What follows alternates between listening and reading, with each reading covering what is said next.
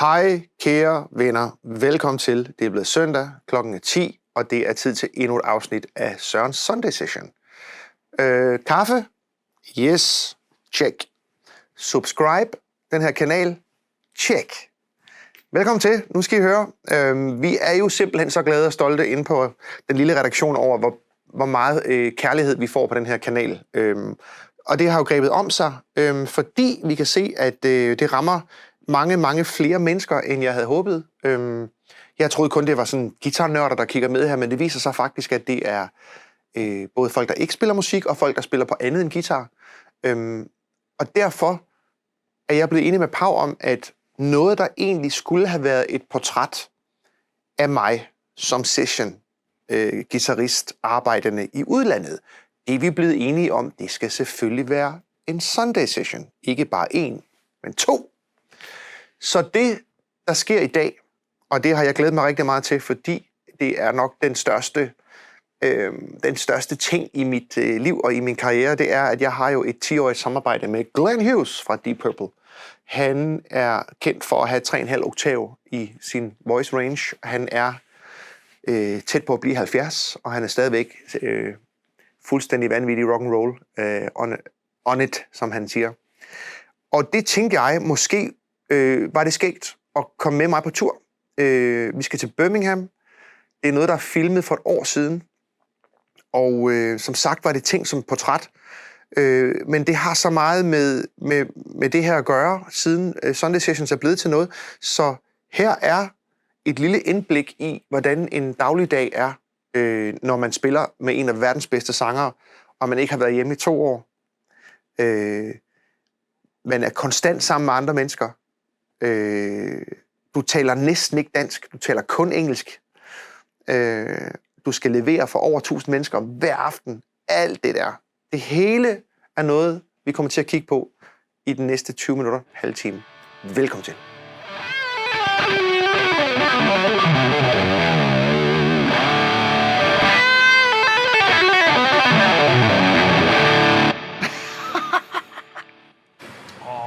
Birmingham. Pau, den her by har jeg altid godt kunne lide, fordi den er sådan lidt, det er jo fandme, altså det her område kalder man The Black Country. Jeg ved ikke, om du ved, men her, fra den her by og området omkring byen, der kommer Sabbath, Zeppelin, Purple, Priest, Maiden, hele det, der hedder The British Wave of Heavy Metal, det er den her by. Og jeg er gammel hard rock hoved, det kan jeg jo lige så godt, det kan man vel for helvede se. Så her, Birmingham, det kan jeg bare godt lide. Og det er rough, og det er the real deal her. Jeg synes, det er fedt her. Jamen, vi er her jo fordi, Pau, at jeg har et mærkeligt liv som musiker fra Danmark, for jeg arbejder stort set i udlandet det meste af tiden, lige for tiden. Jeg spiller også i Danmark, men lige i de sidste 2-3-4 år, der har det godt nok været med passet i hånden. Så jeg er i England og turnerer med Glenn Hughes fra Deep Purple. Ham, der sang på Burn og Stormbringer og Come and Taste the Band. Og han er sådan en ikonisk, voksen mand, som har status for at kunne nå næsten 4 oktaver i hans range. Og han er lige blevet 68, og han kan det stadigvæk. Derfor sælger vi mange billetter med ham. Og så spiller vi et show, der hedder Glenn Hughes Performs Classic Deep Purple Live, så det er kun sange fra den tid der.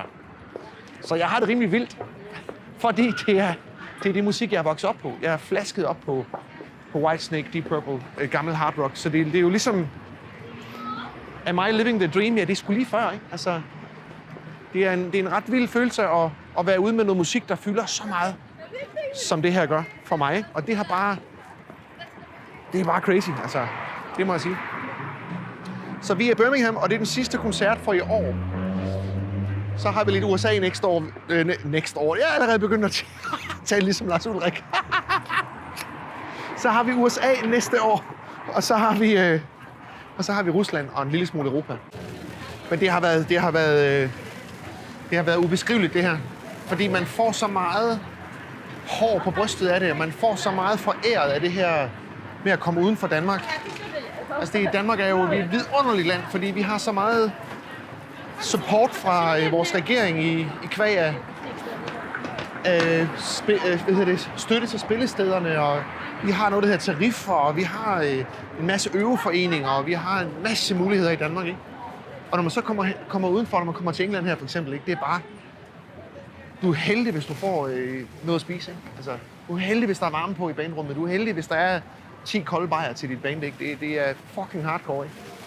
Det er det, som Jesper Benzer, han siger, at Danmark det er ligesom sådan en SFO, hvor vi altså er under beskyttelse, ikke? Og så kommer man ud uden for Danmark, så er det er bare reality herude, og jeg vil sige, at det er...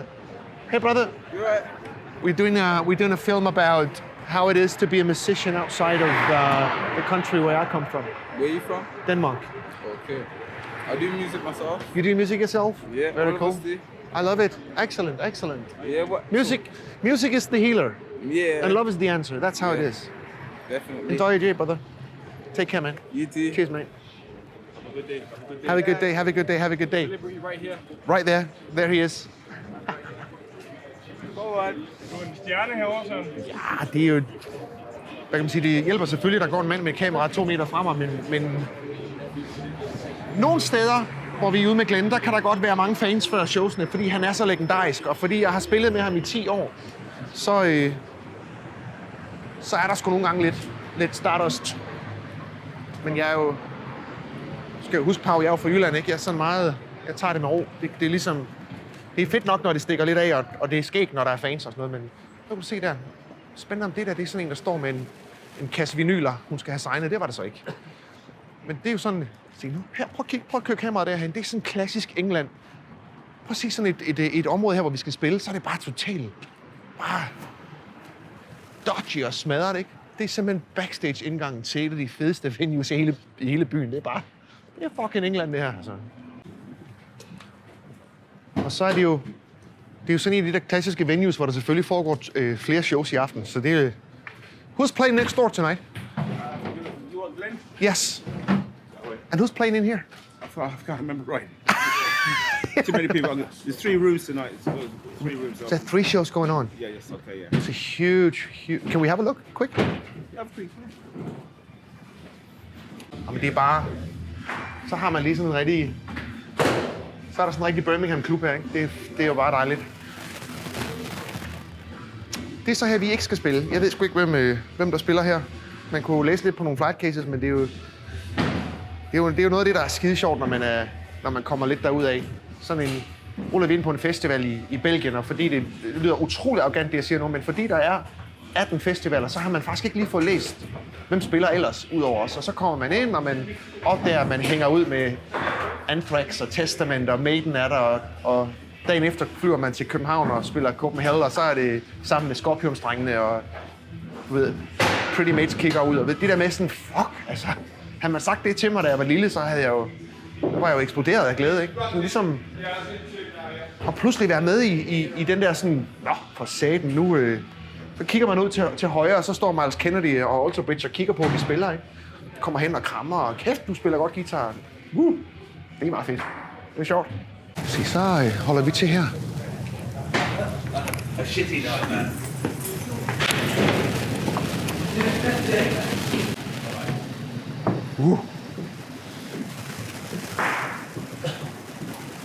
Se, det er jo så fedt at komme på de her gamle britiske venues, fordi man kan ligesom se den der storheds, The Great Britain, den er her stadigvæk. Jeg synes bare, det er fedt at vide det her. Det er sådan et gammelt teater, hvor der har været cabaret og revy og alt muligt knald, ikke?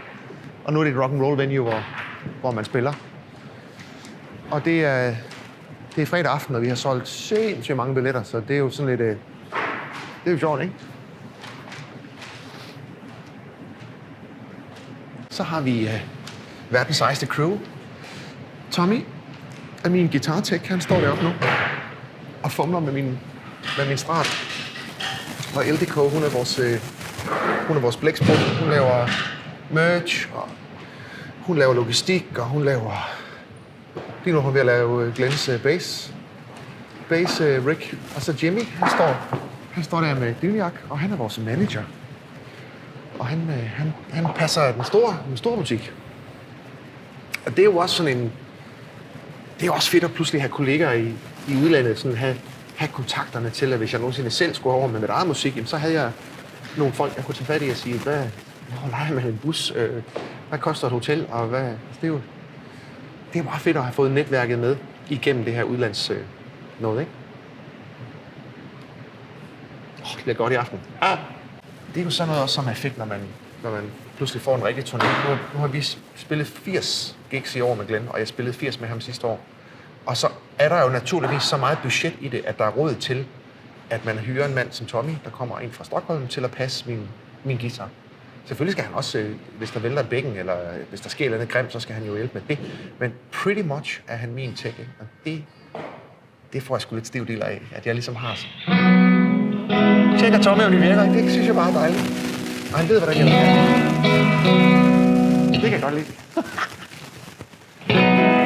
Så kommer Jack flagrende der, ikke? Han er vores chauffør. Så det er jo også sådan en ny ting for mig, eller det er jo helt almindeligt, når man spiller i Dizzy Miss Lizzy, det ved jeg godt, men for mig som sideman, og ligesom være et kapel, hvor vi har fucking 6 mænd på arbejde, ikke? Vi er 4, der spiller, og så 6 mennesker, der farer rundt og gør alt muligt, ikke? 7 faktisk. Vi er 11 on the road. I'm living the dream! Lad os lige op og hilse på Tommy, han er sød. Nå, nu bliver det sjovt. Tommy, say hello to Danish TV. This is Tommy. Ja, Sverige.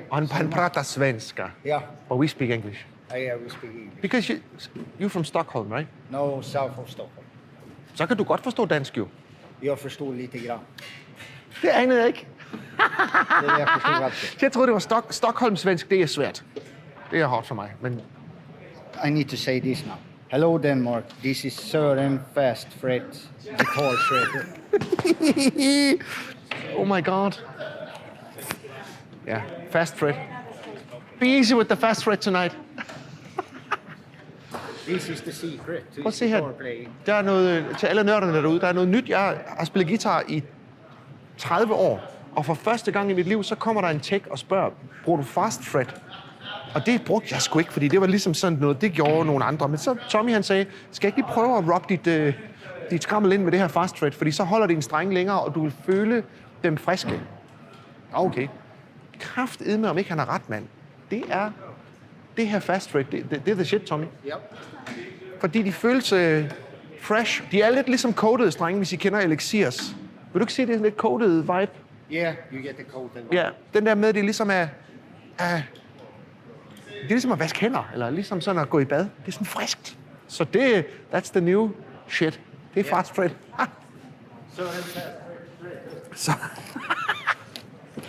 Så det jeg vil sige med det er bare, man kan altid lære noget nyt. Man kan altid lære noget om gear, eller lyd, eller teknik, eller noget. Selvom man har spillet i 30 år, som jeg har. Det er fedt at møde sådan en klovn fra Sverige, som så lige tager røven på mig. Ikke? Det er bare, Tommy har været helt forrygende. Han har fandme været god. Nå, men skal vi nørde lidt? Alright. Chris, Alright. Danish TV. Chris. Danish TV. Chris is taking care of... I'm saying in Danish, because it's for Denmark, okay? Let them know. Chris, han laver alt det, som jeg hører. Og det, som Glenn hører. Og det, som Ash hører. Og det, Vince hører. Det vil sige, hvad der sker derude, det er vi pisse ligeglade med. Det står Fitzy for. Prøv lige at køre ned. Fitz!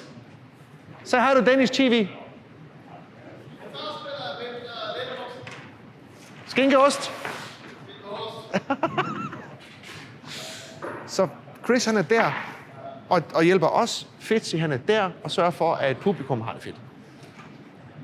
Og det er jo også, når man ligesom kommer lidt op i, hvad skal jeg kalde det, i gear, så er der råd til, at det ikke er den samme mand, der både laver monitor og front of house, men der er råd til, at der er Chris, der laver monitor, og Fitzy laver front of house. Det er nemlig dejligt. Så jeg kan godt stå her i aften, og så står jeg her og synger, ikke? Og så kan jeg godt sige, Chris! Og så peger jeg på min mic, og så gør jeg sådan her, og så skruer Chris lidt op for det, og så er det fedt, ikke? Og det er, always be nice to your techs. Other than that, they're gonna fuck you over. Chris, can I get some more guitar? And here we go. Okay, nu når vi giver, så skal vi jo selvfølgelig, som den gamle rocker jeg er, så jeg er vokset op på, at man har en god amp, og det er sjovt nok Marshall, fordi Der, hvor jeg kommer fra, over i Fredericia, der spillede de Marshalls. Altså, jeg kan godt lide en god gammel Marshall. Det her, det er en fuldstændig almindelig clean input amp. Den kan ikke forvrænge, medmindre du hakker den helt op, men så bliver den seriøst høj, ikke? Det er en helt almindelig god clean Marshall. Og så har jeg et lille pedalboard med, min egen signature-pedal fra noget, der hedder Luna Stone. Lidt Line 6-effekter. En gammel kompressor, fordi den har jeg spillet med, siden jeg var 13, så den kan jeg ikke undvære mere.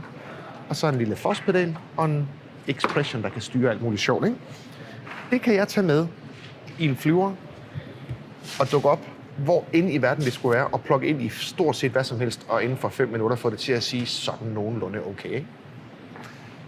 Derfor har jeg valgt det her system med, og i stedet for at slæve racks med og tjekke alt muligt ind, der kan blive væk. Det er nemlig også sket for mig i gamle dage. Man tjekker et eller andet udstyr ind, og så dukker du op i Bilbao i Spanien, og så ligger dit effektskab og din guitar, det ligger i Paraguay. Ikke? Det er bare noget lort. Altså. Det er ikke så godt.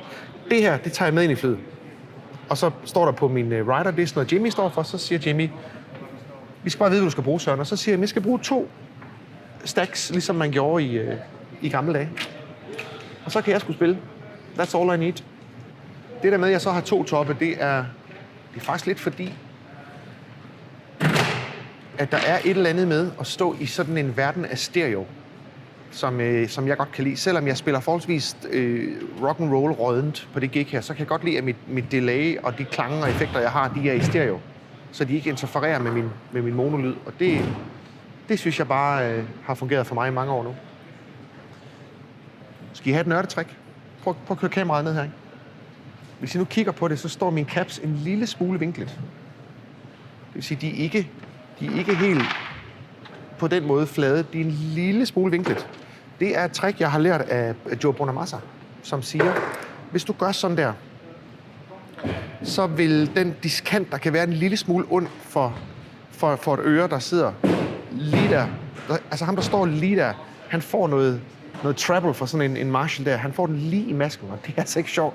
Hvis man så vinkler de 2 kabinetter en lille bitte smule, så udfaser man kraftigt med det der. Udfase. Nu bliver det nørdet, ikke? Det vil sige, herude, der rammer lyden hinanden. Og det udfaser den der lidt hårde diskant. Det har jeg lært af Joe Bonamassa. Stik den. Sej. Så skal vi også lige kigge på, hvad for nogle guitarer jeg har med. Skal vi ikke det? Jo. Det vil jeg så gerne. Det synes jeg er hyggeligt. Nu kan jeg se, at de står lige og vrøvler herom. Det er godt lige, om man kigger på det. Jeg har ikke brug for mere end 2 guitarer til det gik her, fordi at vi spiller ren Deep Purple. Det her, det er Glens tribute til hans tid. De 5 år, han var med i Purple. Så der er ingen grund til, at jeg har 6 hegn med. Vi spiller kun Deep Purple, og Richard Blackmore spillede jo kun Strat. Så for at gøre det autentisk og for at blive i viben, så spiller vi bare Strater her, ikke? Tak. Thanks, Jimmy. Nej. Det er understood. Yes. Og Richie, han havde jo big headstocks, så for at det ligesom er autentisk, og jeg har bare aldrig rigtig haft andet, så spiller jeg på 70'er Strater. Gammel dreng, den her. Pas på, at det ikke får nogen riser, ikke? Satan. Chris, be careful, man. What happened then? Banging up my rap. Ja, så har jeg lavet sådan en, lavet sådan en kasse her, som er sådan noget flight plast. Nu bliver det sådan, det. Max kilo, når du tjekker noget ind i en lufthavn, det er 23 kilo. Og jeg fandt ud af, at de her 2 guitarer, de vejer 8,2 til sammen, eller sådan noget, lige under 8 kilo. Og den kasse her, den vejer lige sådan 12-13 kilo. Så jeg kan komme på 20,8 kilo uden remme og uden strenge i den her. Det vil sige, at jeg kan tjekke den ind, og det er sejt. Fordi så er min guitar jo ligesom safe her, ikke? Det her skum er skåret ud. Og så er det også en fin workbench til Tommy. Det vil sige, at han kan arbejde her, ikke? Så det er sådan den kan all in one. Og så kan man så spørge sig selv, sådan en kasse der, den er jo pisse dyr, ikke?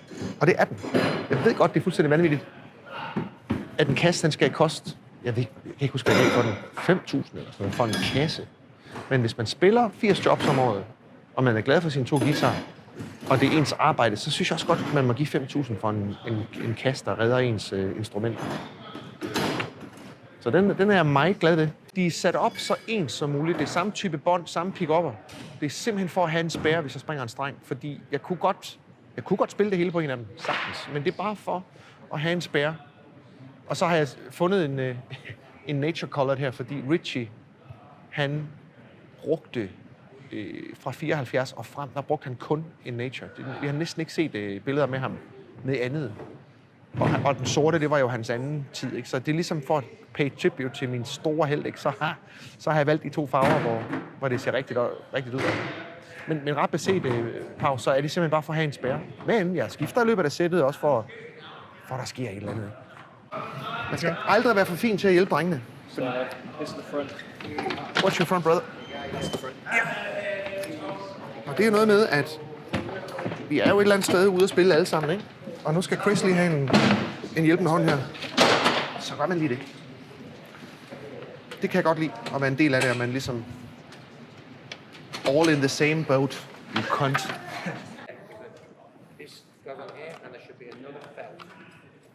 Pau, jeg bruger så sindssygt mange kræfter på at holde min guitar i tune, fordi jeg synes, det er... det lyder sindssygt åndssvagt, det jeg siger nu, men altså... Alt det der med, at det stemmer, og at du svinger, og at det er den rigtige lyd, det synes jeg bare kommer før noget som helst. Altså, det er simpelthen så vigtigt for mig, at den der work ethic, det er ligesom, at det er på plads, ikke? Så kommer spillet næsten sekundært, ikke? Altså, hvad skal jeg så spille? Hvis ikke det stemmer, hvis ikke det svinger, og hvis ikke det er den rigtige lyd, så er det pisselig meget, hvad jeg spiller. Jeg er simpelthen nødt til at gå ned i opgaven full on. Du kan ikke, ja, det lyder godt nok. Det er der ikke noget, der hedder. Så det skal kraftedeme lyde rigtigt, ikke? Og lige til det her Glenn Hughes show, der skal det bare lyde gammeldags.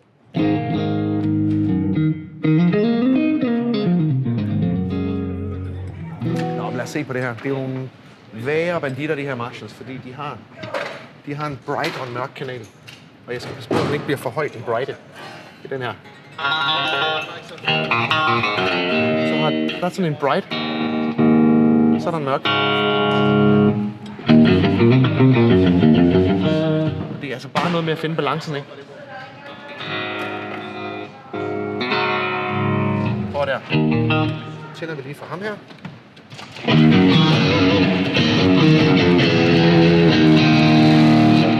Det er sådan en deal, jeg har med Fitzy om, at hvis jeg kan holde level nede, der matcher Ash's level, så kan han balancere det ude i front of house. Hvis jeg er for høj, så begynder det at blive svært for ham at trække min guitar ud i PA'et. Giver det mening? Altså, jeg skal matche, så den væg her er Glenn, Ash og jeg, vi skal have samme level. Det nytter ikke noget, jeg bare står med egoet i hånden og spiller blodhøjt, eller det skal ligesom passe. Så nu kommer Jim med Glenns bass, og det skal matche.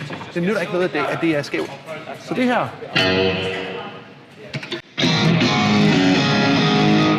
Godt level. Det sidder skide godt i aften. Det er dejligt. Så er vi den anden. Nu bliver det dobbelt så højt. Så går vi herover.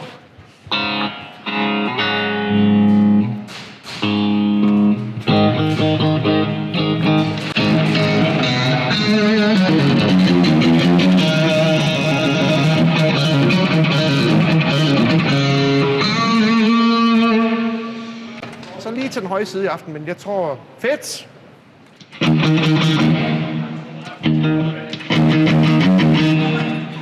Det er godt. Fedt, så glad. Men det ændrer sig altid, når Ash han begynder. Ja, ja. Good. Yes, I'm just aware of it. I want to keep it, you know. So everybody's at the same level up here. I know.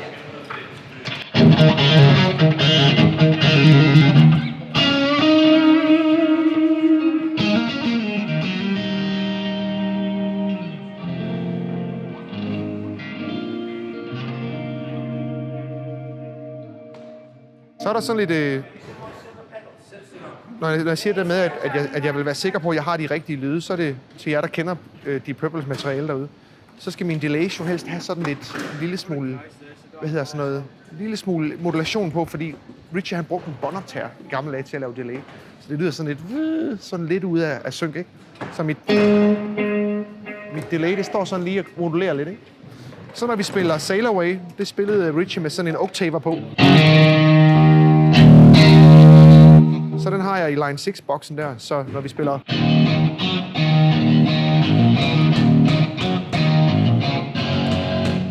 Så for at få den rigtige sound, så har jeg siddet og brugt en god søndag aften på at få det her til at køre, ikke? Og Line 60 er bare the shit. Altså, lige nu der er det dem, der sidder helt forrest, synes jeg. Det er fandme... Det er altså gode sager, de laver. De laver jo både den lille og den mellemstørrelse, og så den helt store, ikke? Og den her, den passer til mig. Det er bare fedt. Det her, det er min preamp. Det er min... Så vi går fra clean her, ikke? Til... Eller... Det er bare en dirtbox, som vi kalder det. Det er fedt. Det er rigtig fedt. Og jeg kan ikke spille uden den mere. Den er blevet min sutteklud. Den er blevet min lille bamse, ikke? Så det er pretty simple, det her. Det er der er sgu ikke noget fancy med mit gear. Det kører bare.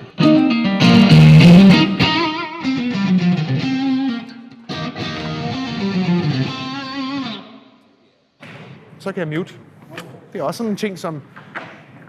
Så er man ligesom on the paying.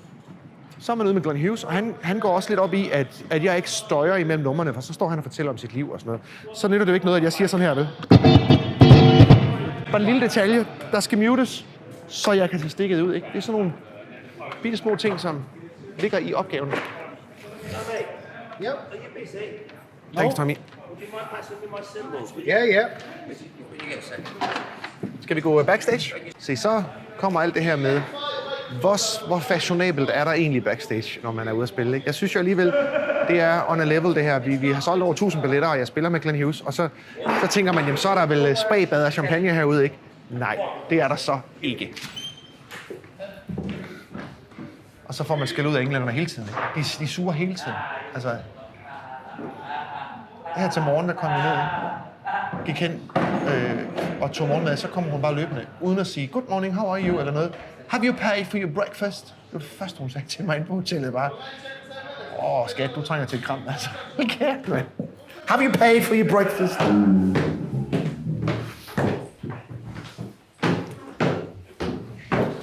Og så hvis man skulle være helt sendt afsted på stoffer, så er der altid skilte, så du ikke farer vild, ikke? Dressing room, det må være her. Se, det er så sådan, det er. Fucking laminatgulv, ikke? Og neonlys, og der er varme på her. Det kunne være værre. England er sgu rough. Kæft, nogle bandrum, man får. Her. Det er sgu... There he is! Nu skal vi hilse på Glenn. Hello, sir. So you didn't go to your room? I didn't go. I didn't want to stay there. No. It's just pointless, you know. Yeah. For one hour is Yeah. not worth it. Right. Yeah. You good? I'm all good. It's a fucking great room, man. No, we haven't played here before, have we? No. Love it. Have you played here with other? Never. Never. Ooh. Great, man. This is what I wanted to finish a tour like this. Yeah. Absolutely. Your hometown or home turf? Partly. Yeah, partly. Yeah. The legendary. He's my mentor. Always waiting. Yeah. 2 hours of playing and 46 hours of waiting and driving. Be off with me.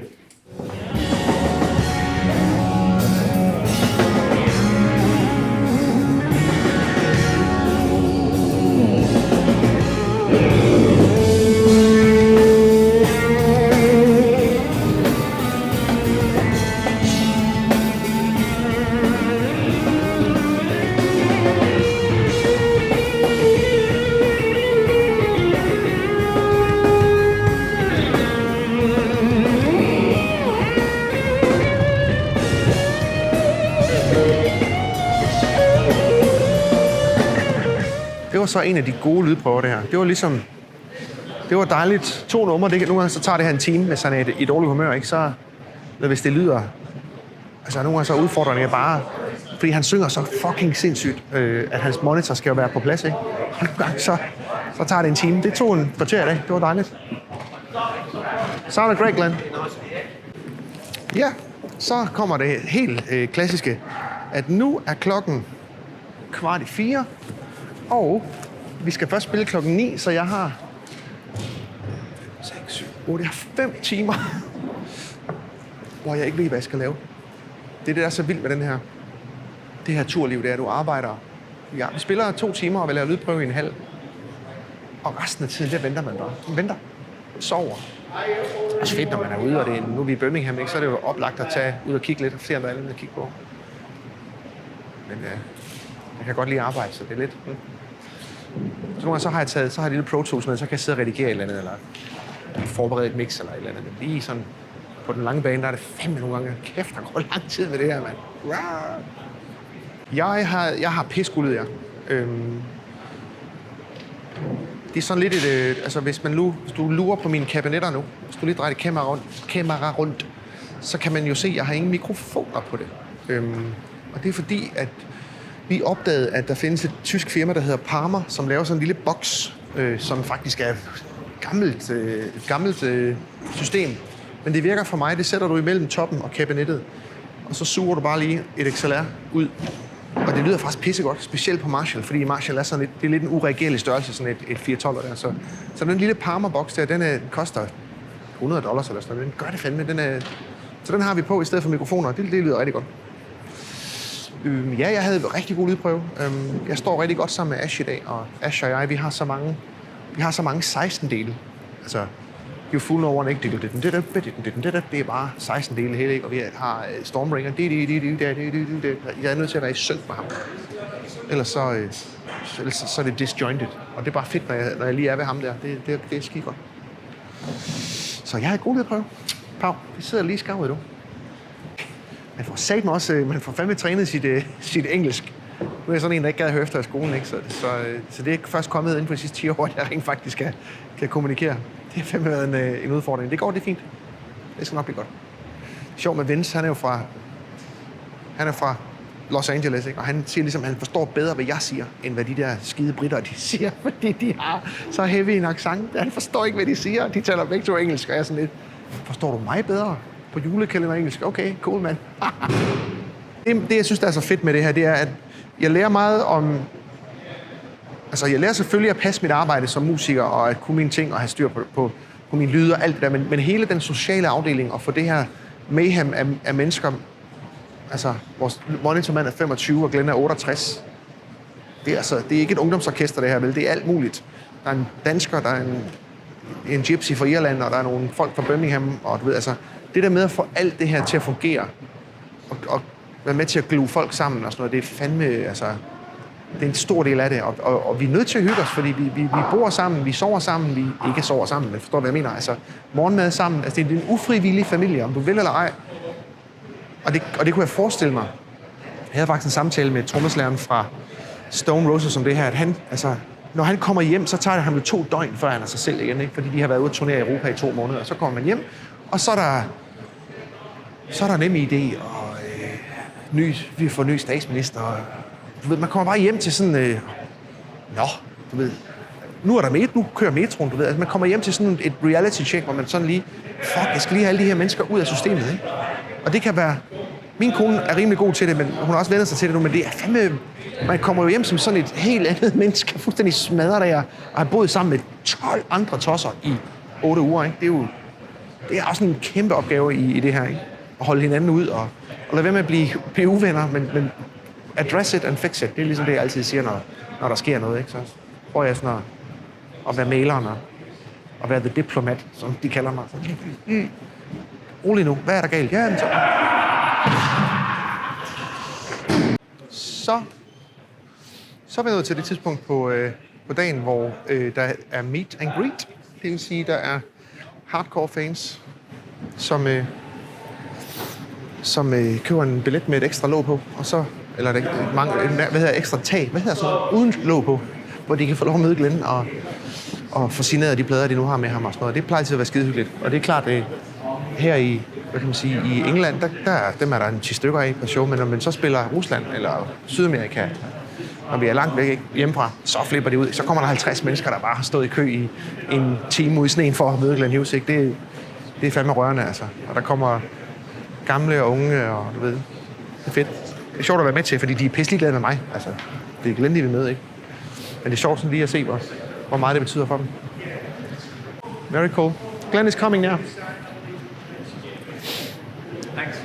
Og så kan jeg også se på mit eget lille social network, eller sådan da jeg begyndte at spille med Glenn, det var i 2009, der nægtede jeg at få en Facebook, fordi jeg synes, det var noget pjat, ikke? Jeg synes, det der internet, det var noget pjat. Så gammel er jeg. Så kunne jeg godt sådan se, det er måske dumt at være så stedig lige der, ikke? Så jeg fik mig en Facebook-account, og fik lavet mig en Instagram for nogle år siden, og dagen i 10, hvor jeg begyndte for alvor at turnere med Glenn, der kunne jeg bare se, at de folk, der begyndte at følge mig, det var jo russere og folk fra Sydamerika, og det var sjovt at have venner og bekendte, fordi jeg helt ærligt, man kommer til at kende nogle af de her folk, der kommer igen og igen og igen, ikke? Så man ved for eksempel, hvad... Altså, James, der står dernede med det grå skæg, han er fra Glasgow, han har nok set os.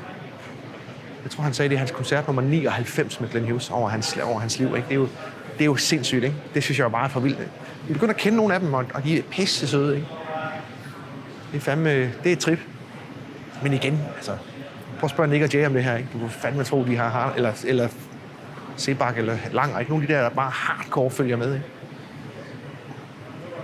Men det er sjovt det her med at have dem rundt i hele verden. Det er fandme skægt.